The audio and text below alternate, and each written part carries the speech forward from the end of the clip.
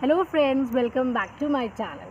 Before I tell you that which story I am going to cover in this video, I would like to ask a question from you all. And the question is, what is your most beloved possession? And what would you do if you miss it out?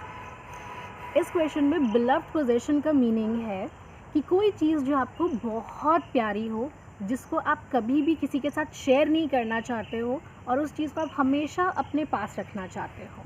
सो ऐसी किसी चीज़ का नाम आप comment section में लिखकर ज़रूर बताइएगा. I raise this question because जो स्टोरी मैं कवर अप करने जा रही हूँ उस स्टोरी में there is a girl named Binya whose only possession is her blue umbrella which she got in exchange of her lucky necklace, and she struggles a lot in order to get it back. वो struggle क्या था वो हम story में आपको बताएंगे. And moreover, you know this story, the Binya's blue umbrella. It is an extract taken from Ruskin Bond's novel Blue Umbrella. Ruskin Bond started writing his novel at the age of 17 years, and he is an author, Indian author of children's book.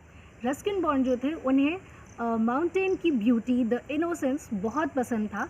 So he settled himself in Mussoorie. The novel blue umbrella was adapted into a film in year 2005 and won the National Film Award for Best Children's Film in year 2007. सो अब देखते हैं बिन्याज blue umbrella में बिन्या का struggle क्या था और उसने वो अम्ब्रेला वापस कैसे हासिल किया. Let's start. Binya's blue umbrella. Binya को अपना ये अम्ब्रेला बहुत पसंद था. Even when she had it in the house, she left it lying open in a corner of the room. जब वो कभी अपने घर पे भी होती तो इस अम्ब्रेला को ओपन ही रखती थी क्योंकि इसे ये अम्ब्रेला ओपन ही बहुत सुंदर लगता था. कभी कभी बिज्जू इस अम्ब्रेला को बंद कर देता था ये कहकर कि वो इसके रास्ते में आ रहा है. बिज्जू बिन्या का एल्डर ब्रदर यानी बड़ा भाई है. पर बिन्या को ये बात बिल्कुल अच्छी नहीं लगती थी कि कोई उसके अम्ब्रेला को बंद कर दे, because it wasn't beautiful when it was closed. उसे वो अम्ब्रेला खुला ही बहुत अच्छा लगता था, बंद कभी भी अच्छा नहीं लगता था.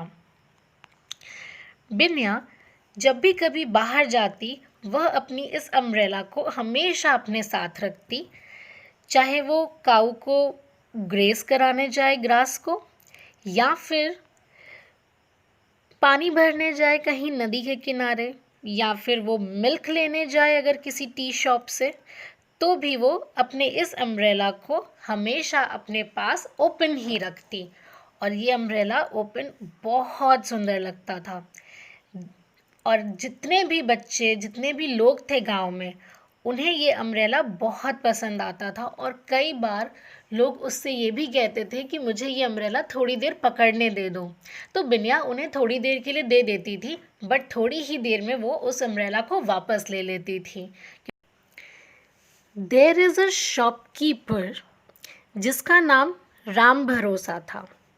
वो वहाँ पर एक छोटी सी चाय की शॉप चलाता था जहाँ पर उसके पास कुछ फूड आइटम्स भी थे, like grocery and soft drinks. But उसके पास कोई फ्रिज नहीं थी, इसलिए गर्मियों के मौसम में कोल्ड ड्रिंक्स वगैरह ठंडी अवेलेबल नहीं होती थी. राम भरोसा, उसको वो अम्ब्रेला बहुत ही ज़्यादा पसंद था और वो चाहता था कि कैसे भी करके बिन्या से वो उस अम्ब्रेला को अपने पास ले ले. राम भरोसा ने बिन्या से पूछा कि बिन्या, तुमको ये अम्ब्रेला कहाँ से मिला, क्योंकि ये अम्ब्रेला जहाँ तक मुझे पता है ये ना सूरज से तुम्हें बचाता है ना ही ये बारिश में काम आता है. ये अम्ब्रेला तो सिर्फ मेम साहब लोगों के लिए होता है, the one who are very rich.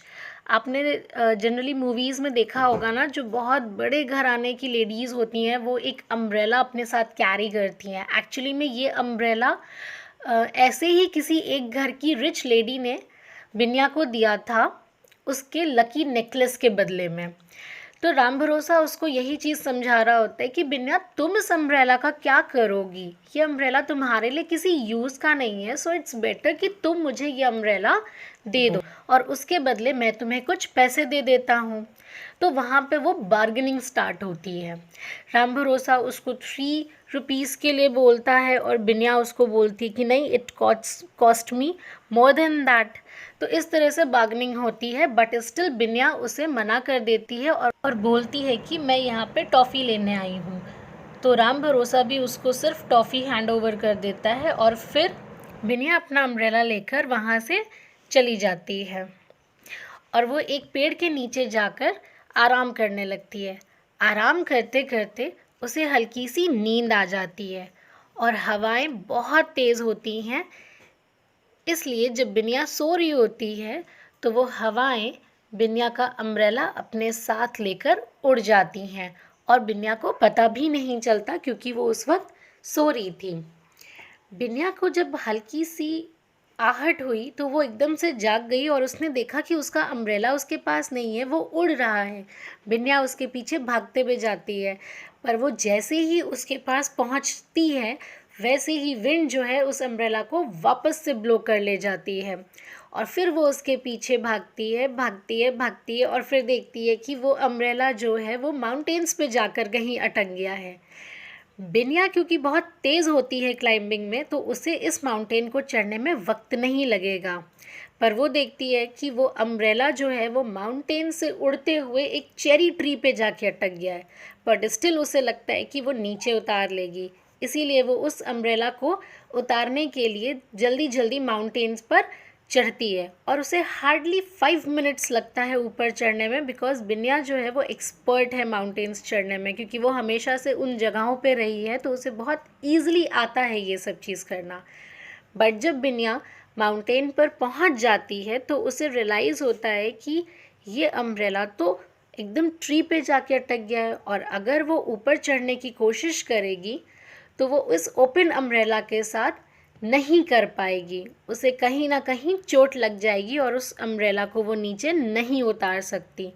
तो वो वापस से उस अम्ब्रेला के गिरने का वेट करती है कि अगर विंड उसको ब्लो करे और वो अम्ब्रेला कहीं गिर जाए तो वो आराम से ले लेगी। एंड ऐसा ही कुछ होता है, विंड ब्लो करती है और वो अम्ब्रेला जो है माउंटेन से नीचे होते हुए नीचे ज़मीन पर आ जाता है और फिर बिन्या वापस वहाँ से नीचे उतर कर आती है और उस अम्ब्रेला को ले लेती है। तो आपने देखा किस तरह से वो अपने पोजीशन के पीछे भाग रही थी और वो इस अम्ब्रेला को हासिल करने के लिए कोई भी स्ट्रगल करने को तैयार थी एंड फाइनली बिन्या ने अपना वो अम्ब्रेला पा ही लिया वापस। सो स्टूडेंट्स, अगर आपको मेरा ये वीडियो अच्छा लगा हो तो please don't forget to press like button. Thank you.